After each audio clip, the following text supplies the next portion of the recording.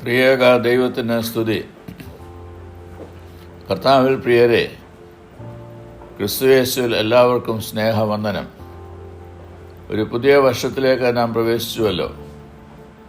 ഓരോ പുതുവർഷവും ശുഭപ്രതീക്ഷകളെ പകരുന്നതാണ്. കാലചക്രത്തിലെ കണക്കുകൂട്ടലുകൾ മാത്രമാണ് ഓരോ നവവർഷവും. എങ്കിലും ഒരു പൂമൊട്ട വിരിയുന്നത് പോലെ ഓരോ പുതുവർഷവും ചില നവസാധ്യതകളെ പകർന്നു നൽകുന്നു. ഓരോ തുടർച്ചയും കഴിഞ്ഞ നിമിഷങ്ങളുടെ തനിപ്പകർപ്പല്ല, പുതിയ തീരുമാനങ്ങളുടെയും പുതിയ ജീവിത ശൈലികളുടെയും പുതിയ പ്രതീക്ഷകളുടെയും വാതായനങ്ങളാണ്. കഴിഞ്ഞ നാളുകളിലെ ദൈവകൃപകൾക്ക് നന്ദിയുള്ളവരായി നമുക്ക് ഒരുമിച്ച് മുന്നോട്ട് പോകാം. ചേർത്ത് പിടിക്കലിൻ്റെയും പരസ്പര ബഹുമാനത്തിൻ്റെയും കരുതലിൻ്റെയും നാളുകളായി പുതുവർഷം മാറട്ടെ എന്ന് ആശംസിക്കുകയും പ്രാർത്ഥിക്കുകയും ചെയ്യുന്നു. ആരും ഈ ജീവിതയാത്രയിൽ ഒറ്റയ്ക്കല്ല എന്ന ഉറപ്പ് എല്ലാവർക്കും ലഭ്യമാക്കുവാൻ സഹായകരമായ രീതിയിൽ പ്രവർത്തിക്കുവാൻ ദൈവം നമ്മെ സഹായിക്കട്ടെ. ബൈബിൾ സൊസൈറ്റിയുടെ പ്രവർത്തനങ്ങളിൽ പിന്നിട്ട വർഷം വ്യാപരിച്ച ദൈവകൃപയ്ക്കായി ദൈവത്തെ സ്തുതിക്കാം. പുതുവർഷം പ്രവർത്തനങ്ങളിൽ കൂടുതൽ ദൈവകൃപ അനുഭവിപ്പാൻ ഇടയാകട്ടെ എന്നത് പ്രാർത്ഥിക്കാം. പുല്ലുണങ്ങുന്നു, പൂവാടുന്നു, നമ്മുടെ ദൈവത്തിൻ്റെ വചനമോ എന്നേക്കും നിലനിൽക്കും. യെശയ്യാവ് 40:8 വചനത്തിലൂടെ ദൈവം ലോകത്തെ സൃഷ്ടിക്കുകയും നിരന്തരം നവ്യമാക്കുകയും ചെയ്യുന്നു. ആദിയിൽ ദൈവത്തിൻ്റെ വാക്കിനാലാണ് സൃഷ്ടി ഉരുവാകുന്നത്. പാഴും ശൂന്യമായതിൽ നിന്നും മനോജ്ഞമായത് രൂപപ്പെട്ടു. ദൈവത്തിൻ്റെ ആത്മാവാണ് ദൈവവചനത്തിലൂടെ പ്രവർത്തിക്കുന്നത്.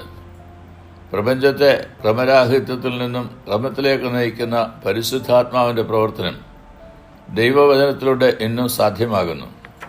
കാലാകാലങ്ങളിൽ വിവിധ മുഖാന്തരങ്ങളിലൂടെ ദൈവം തൻ്റെ വചനം ലോകത്തെ അറിയിച്ചു. അതിൽ പ്രവാചകന്മാരുടെയും സുവിശേഷകരുടെയും അപ്പോസ്തലന്മാരുടെയും പങ്ക് വളരെ വലുതാണ്. കാലസമ്പൂർണതയിൽ ദൈവം തൻ്റെ പുത്രനെ ലോകത്തിലേക്ക് അയച്ചു. വചനം ജഡം ധരിച്ചതാണ് ക്രിസ്തു. അതുകൊണ്ട് എഴുതപ്പെട്ട വചനമാകുന്ന വിശുദ്ധ വേദപുസ്തകത്തിലൂടെ ജഡം ധരിച്ച ക്രിസ്തുവിനെ കാണുവാൻ നമുക്ക് ഇടയാകണം. കേവല പാരായണങ്ങൾക്കപ്പുറം ഗൗരവതരമായ ധ്യാനങ്ങളും വേദപഠനങ്ങളും ഉണ്ടാകേണ്ടത് ഈ കാലഘട്ടത്തിൻ്റെ ആവശ്യവും അനിവാര്യതയുമാണ്. അതിലേക്ക് ലോകത്തെ സജ്ജമാക്കുകയാണ് ബൈബിൾ സൊസൈറ്റിയുടെ ധർമ്മം.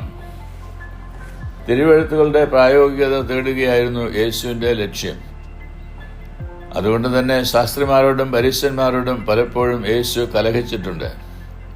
തൻ്റെ ജീവിതത്തിൽ നേരിട്ട പരീക്ഷകളെ ക്രിസ്തു അഭിമുഖീകരിച്ചത് വചനബലത്തിലാണ്. തിരുവചനത്തിൻ്റെ ആധികാരികത എവിടെ നഷ്ടപ്പെടുന്നുവോ അവിടെ തിരിച്ചറിവിൻ്റെ വരം ഇല്ലാതെ പോകുന്നു. ഇന്നിൻ്റെ അപജയവും സമാനമാണ്. ആത്മീയ ശോഷണം, സാമൂഹ്യ അധപതനം, ഭൗതികതയുടെ അതിപ്രസരം, അനീതി, തികഞ്ഞ അധാർമികത എന്നിവ ചുറ്റുപാടുകൾ വർദ്ധിക്കുകയാണ്. വർദ്ധിച്ചു വരുന്ന സ്വാധീനങ്ങളുടെ മധ്യത്തിൽ വചനത്തിൻ്റെ ആധികാരികത ഉള്ളവരായി ജനം മാറുമ്പോൾ ഉണങ്ങി വരണ്ട അനുഭവത്തിൽ നിന്നും ജീവന്റെ സജീവതയിലേക്ക് പരിവർത്തിക്കുവാൻ സഭയ്ക്കും സമൂഹത്തിനും സാധിക്കും. ദൈവവചനത്തിൻ്റെ രൂപാന്തര ശക്തിയുടെ വാഹകരാണ് നാം ഓരോരുത്തരും. വചനത്തിൻ്റെ നിസ്തുലതയും ആധികാരികതയും രൂപാന്തര ശക്തിയും പരിശുദ്ധാത്മാവ് നമ്മിലൂടെ നമ്മളുടെ ചുറ്റുപാടുകളിൽ പങ്കുവയ്ക്കും എന്നതിന് സംശയമില്ല. അനവരതമായ ദൈവകൃപയ്ക്ക് സാക്ഷ്യം വഹിക്കുവാൻ പരിശുദ്ധാത്മാവ് നമ്മെ എല്ലാവരെയും തുടർന്ന് സഹായിക്കട്ടെ എന്ന് പ്രാർത്ഥിക്കുന്നു.